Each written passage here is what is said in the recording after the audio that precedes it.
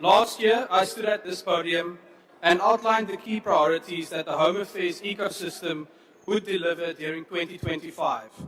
These were to build the first components of a digital identity system, conclude a new digital partnership model with the banking sector to expand access to smart ID and passport services,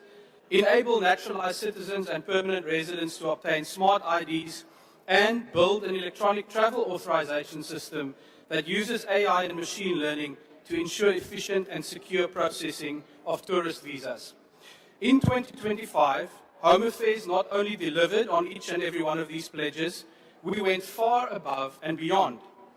As a result of our reforms to the online verification service and other upgrades to internal systems, I can today announce that the turnaround times for smart ID and passport applications have been cut by an incredible 66.7%.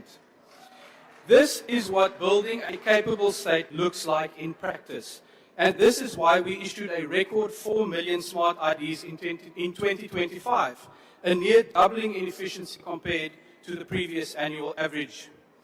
Additionally, when the Constitutional Court affirmed in May 2025 that Home Affairs must reinstate the citizenship of South Africans who had been unconstitutionally deprived thereof, we turned a challenge into an opportunity.